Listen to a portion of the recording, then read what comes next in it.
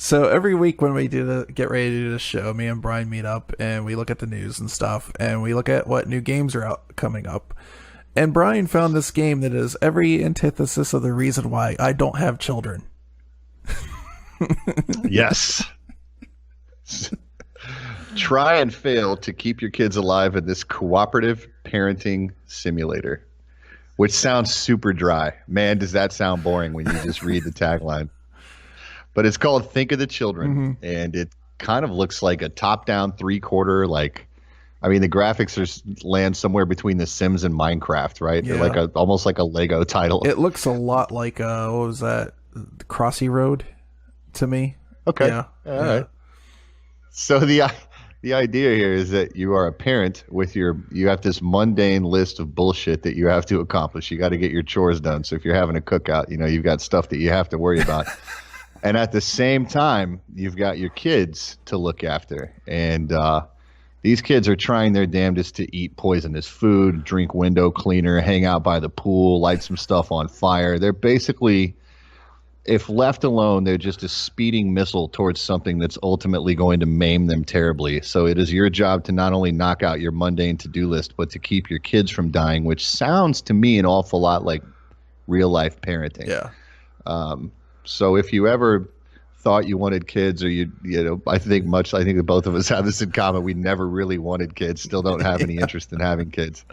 That's my favorite part. I keep on rewinding is where the kid gets shocked to death by a jellyfish. Yeah. So, no kids for sale. So that's pretty, that's pretty apparent. But the trailer alone literally just had us both in stitches last night. I highly recommend you check it out. Think of the Children launch trailer. I'm not even really sure what the here you go. It's actually going to launch on Steam this Thursday for $9.99. So if you got an extra $10 and you for some reason are just a total sick bastard, this would be an easy $10 pickup for you right here. I'm raising my hand now. It actually looks kind of fun. I will probably pick this up when I need a break from sneaking around corners from strange zombies and whatever else is out to get me inside the world of evil within too. Oh my god, that is fantastic. It's pretty great. Yeah. It's pretty great. Yeah. It's like, what else? My dad definitely had that mentality. It's like, I'm not putting any things into plugs. Shock himself, he won't do it again. Yeah, I did that a couple times. Yeah. I touched the hot stove. That's important, man. We were allowed to do stuff like that. What's scary is the kids that don't do that when you're young, they do it as adults. It's really weird. I found that to be true. Yeah. Yeah, you need to get that out of your system at a time when you're still resilient enough to bounce back from stuff like that. I bounced back from things, personal injury as a child that they would be catastrophic if they occurred to me today.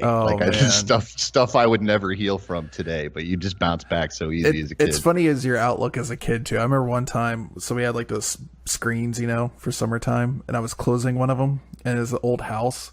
So the thing just like released and came down, and it just clipped every single one of my fingertips, like in the frame. Nice. So they're just like solid. They're just like all the skin's off and all this stuff.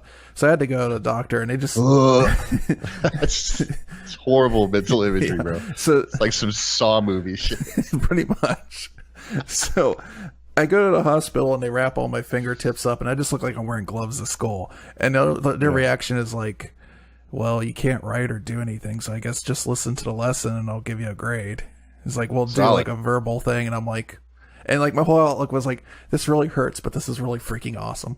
It's really worth it. Yeah. And from that day on, he slammed his fingers in the window every year. Yeah. Still do. It's a good time.